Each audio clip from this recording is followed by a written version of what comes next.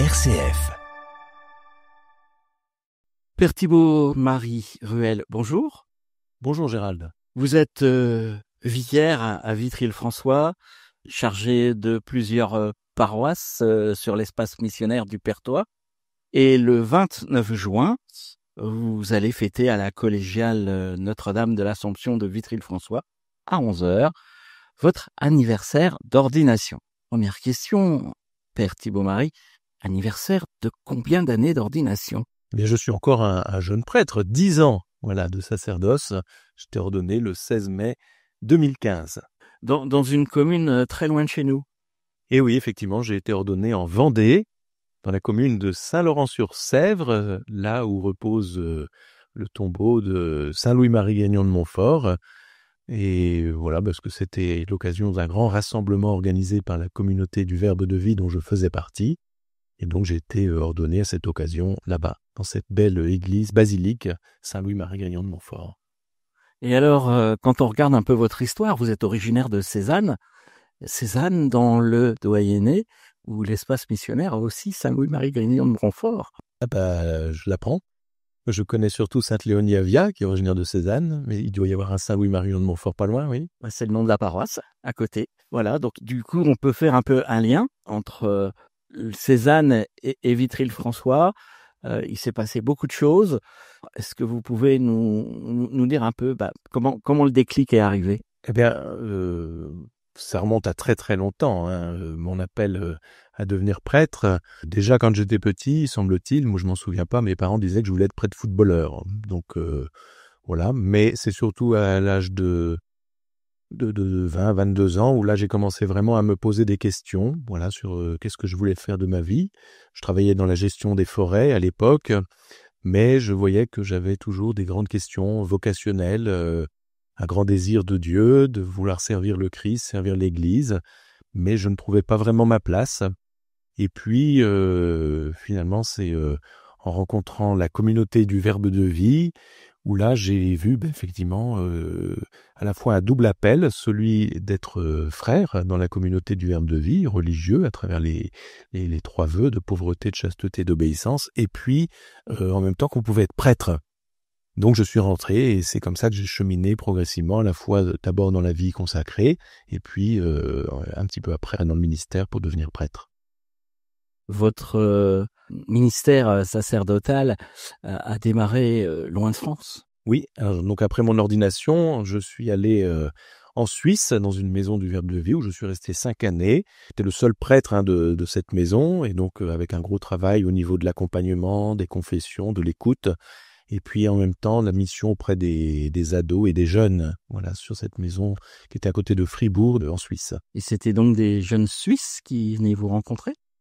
Oui, on avait beaucoup de Suisses, mais aussi des Français, parce que on était à 1h30 du Pays de Gex, donc à côté de Genève, et puis de l'Alsace aussi, qui n'était pas très loin. Donc on avait aussi pas mal de Français qui venaient jusqu'à chez nous. Et alors donc 5 ans en Suisse, et puis ensuite après vous venez en région parisienne.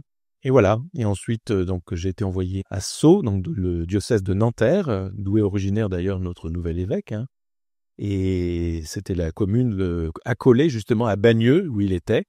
Et donc j'ai été vicaire sur cette paroisse de Sceaux, et avec une mission principalement auprès des étudiants. J'étais prêtre accompagnateur de l'aumônerie étudiante de Sceaux, qui rassemblait une quarantaine d'étudiants.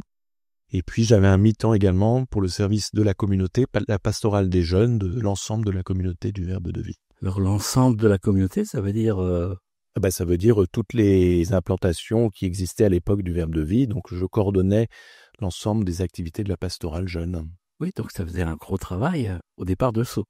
Oui, ça faisait beaucoup. C'est pour ça que j'étais qu'à mi-temps en fait sur la paroisse de Sceaux, et l'autre mi-temps pour les activités des apostolats jeunes du Verbe de Vie. Ça fait 2 ans que vous êtes à Vitry, au presbytère de Vitry, mais avec différentes affectations sur place en fonction des besoins. Tout à l'heure, vous disiez je suis vicaire ici à l'espace missionnaire du Perthois, ce qui n'est pas tout à fait juste. Le terme exact, c'est prêtre insolidum. Ici, on a abandonné les termes de curé, de vicaire. Il n'y a plus de curé, il n'y a plus de vicaire. Hein. Il n'y a que des prêtres insolidum. Donc, c'est une équipe de prêtres solidaires de la mission d'un espace qui est un regroupement de 7 paroisses. Et donc, effectivement, moi, je suis davantage délégué, référent des paroisses Saint-Bernard et Sainte-Geneviève depuis le départ du père David Bonnetin il y a un peu plus d'1 an. Voilà, suite à des soucis de santé. Et donc, j'ai repris en septembre dernier ce secteur-là. Mais après, je suis aussi en mission sur l'ensemble de l'espace missionnaire, puisqu'on a de plus en plus d'apostolats, de services qui sont centralisés au niveau de Vitry. Je pense par exemple à l'aumônerie pour les jeunes, pour le catéchuménat, la préparation baptême pour les adultes, pour la confirmation, etc. C'est beaucoup de missions qui se font désormais de manière mutualisée sur Vitry-François.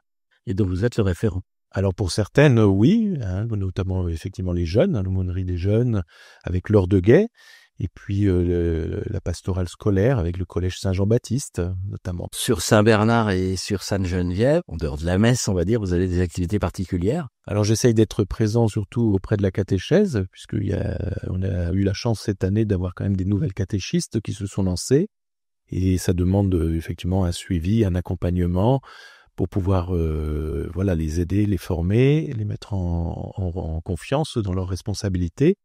Et puis, parce que je considère que c'est important aussi pour les enfants qu'ils aient une visibilité du prêtre qui les suit, qui les accompagne. Et on voit que il y a un lien qui se tisse petit à petit, une confiance qui s'établit entre le prêtre et ses enfants. Et ça les aide aussi, eux, à avancer et à progresser, notamment à avoir de la joie à venir à la messe, quand ils connaissent le prêtre, notamment. Oui, parce que c'est qui le grand monsieur qui vient à nos réunions? Eh ben, c'est moi.